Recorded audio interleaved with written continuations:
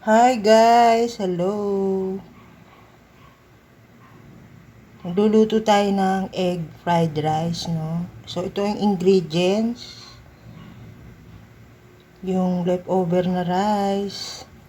Ako lang kakain eh. Tapos yung kaninang tirang garlic. Yung dahon ng sibuyas. 2 itlog. Food seasoning, oyster sauce, paminta, at saka mantika. Ayan na, nahulog na. Mantika. Ito. Ayan. Mantika yan.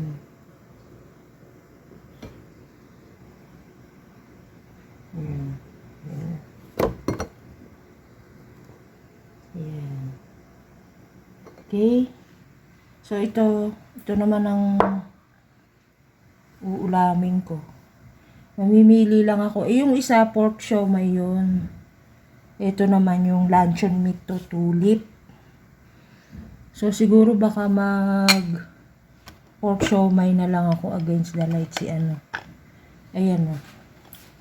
Ito bukas na siguro na umaga to. So, magpo-pork siomai na lang ako. Ito o. Yan. Naka-ready na yung steamer. I-steam ko na lang siya.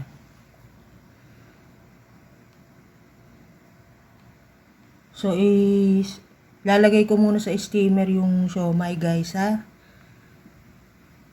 Okay. So, ayan, guys. Nilagay ko sa steamer yung siomai, oh. I-steam ko na lang. Ayaw ko ng prito. Okay. So, i-steam ko siya siguro mga 10 minutes. 10 minutes to, depende. Kumukulo na naman yung yung tubig nung nilagay ko yung siomai. So, okay. Gagawin ko na yung egg fried rice. Okay? Bukas na siguro yung luncheon meat. So, ayan guys, yung leftover na kanin. 1 cup mahigit. So, ang ginawa ko, hiniwalay ko yung puti sa dilaw. So, kinrak ko lang yung itlog. So, pakikita ko sa inyo. Ayan. So, ihulog nyo dito. Yan. Tapos yung isa, kinakrak ko lang para mahiwalay ko yung puti. Ano ko siya. Yan. So, ito, yun. Dahan-dahan lang.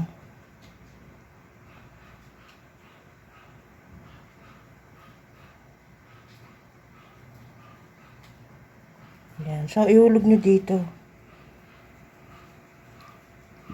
Yan. Bali, dilaw lang yung nandyan. So, haluin nyo lang siya. Oh.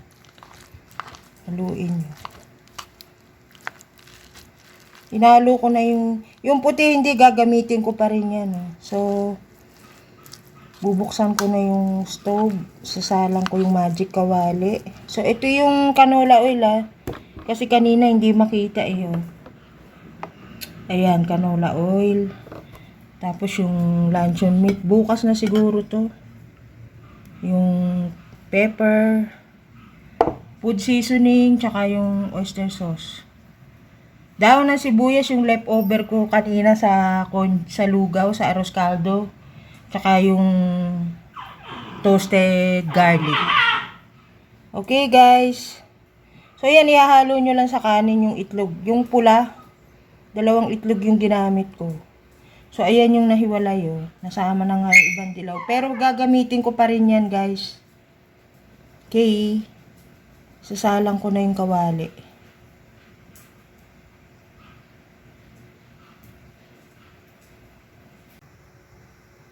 So, ayan guys, nakasalang na yung kawali. So, ihulog nyo yung dahon ng sibuyas. Hulog nyo dyan. Lagyan nyo ng konting mantika. Ito yung mantika.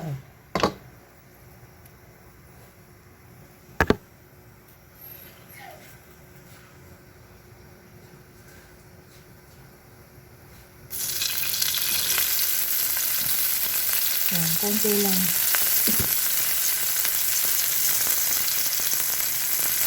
Okay, yan. Sandali lang guys, kukuha kong santo.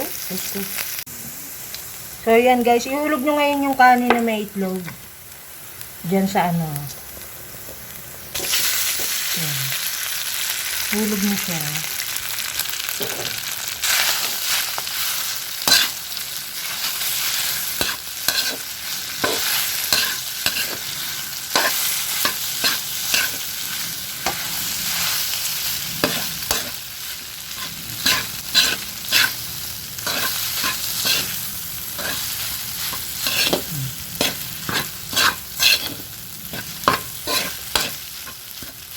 Tapos,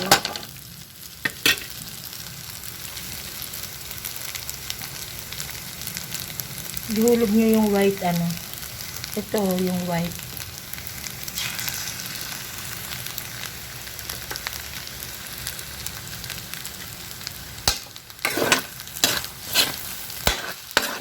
Parang pinaghiwalay nyo lang yung pula sa dilaw.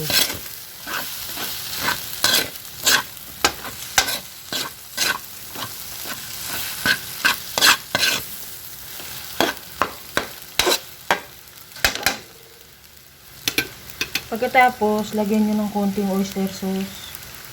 Konti lang ha.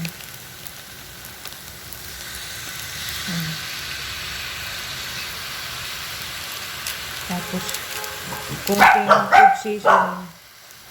Konting food seasoning. Okay. So, hahalu-haluin ko lang siya, no?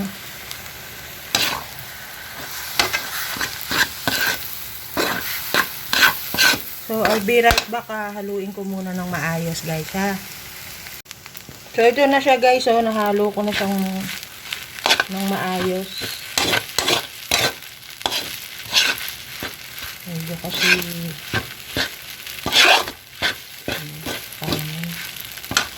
and tapos, patakan nyo ng konting sesame oil.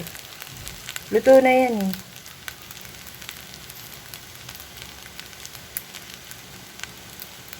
Ayan, konti lang. Kasi, 1.5 cup lang yung ano, yung kanin na kinuha ko.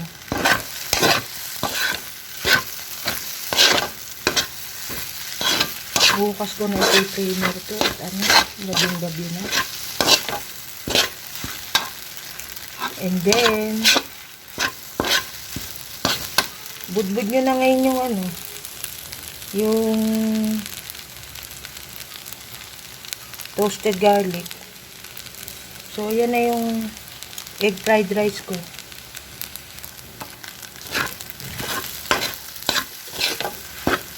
So, ito, anuhin ko na sa plato, guys. Kasi, naano na yung ano eh. Na-steam na yung siomai. Okay. I'll be right back. Ganun lang kadali yun. Yung nakita nyo na yun. So, ito na guys, yung aking egg fried rice. Tapos yung kapartner niya, yung steam siomai ko. Tapos may toyo ako dyan. Ayan o. Iaano ko yung toyo. Ayan. So, I'll be right back. Pipicturean ko lang para sa ano ko. Sa thumbnail ko. Okay?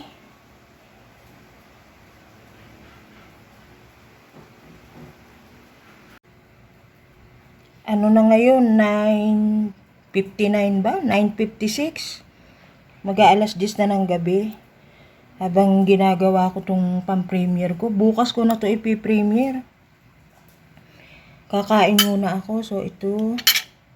Sausaw ko dito. Yan. Tubig na lang ako kasi baka naman lalo akong ayan. Dahil yung egg fried rice ko. Isasalang nyo muna yung kawali. Ihuhulog nyo yung dahon ng sibuyas. Huwag nyo susunugin.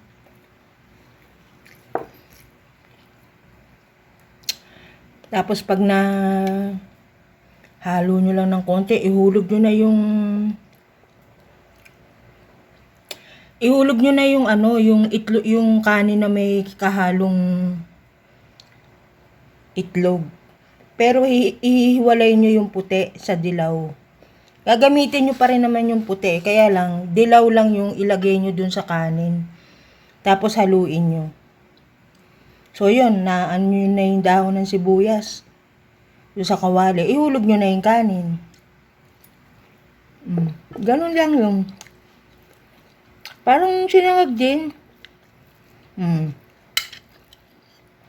Halo-halo.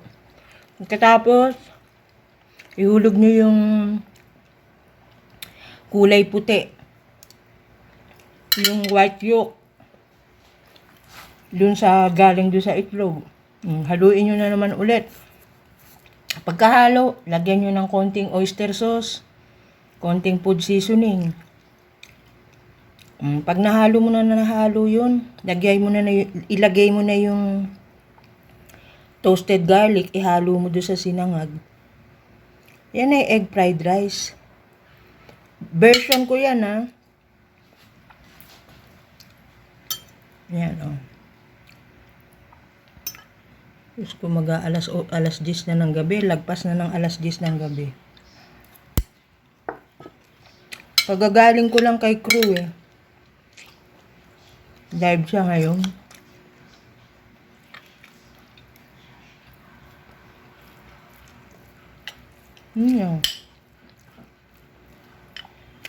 Para maiba-iba naman. Inom nga akong tubig.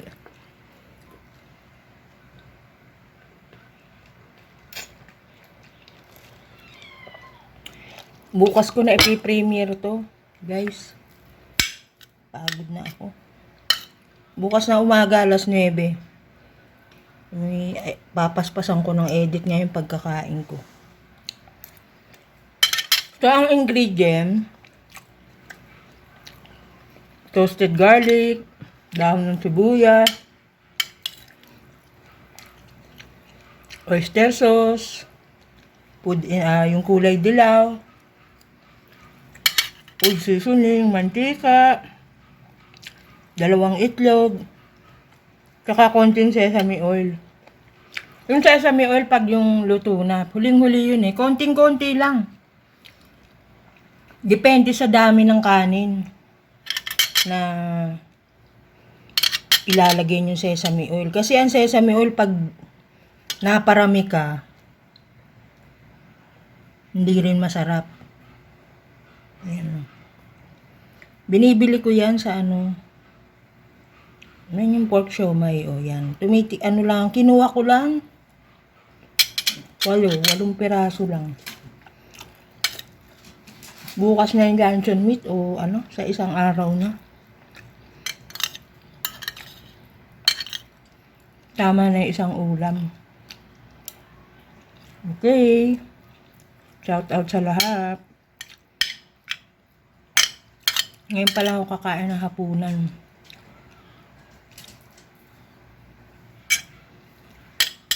Bali, 2 itlog, ha. Ihihiwalay nyo yung puti sa dilaw. Yung dilaw, ihahalo nyo sa kanin na isasangag nyo. Yung puti, itabi nyo. Kaya pag nagisa-gisa, nandun na yung kanin na may egg yolk. Ihuhulog nyo rin yung kulay puti. So, walang sayang. Parang hiniwalay mo lang. Hindi parang hiniwalay ko lang.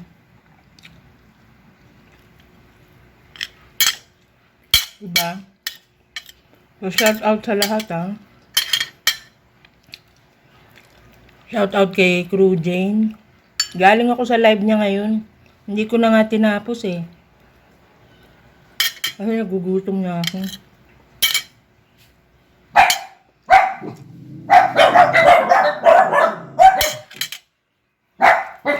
Nagtubig na lang ako. Ayan, oh.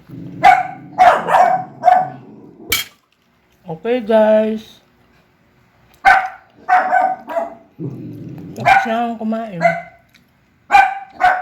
See you again sa next cooking vlog ko, ha. Thank you, ha. Thank you sa lahat ng mga nanonood ng premiere. And shoutout sa lahat. Bye!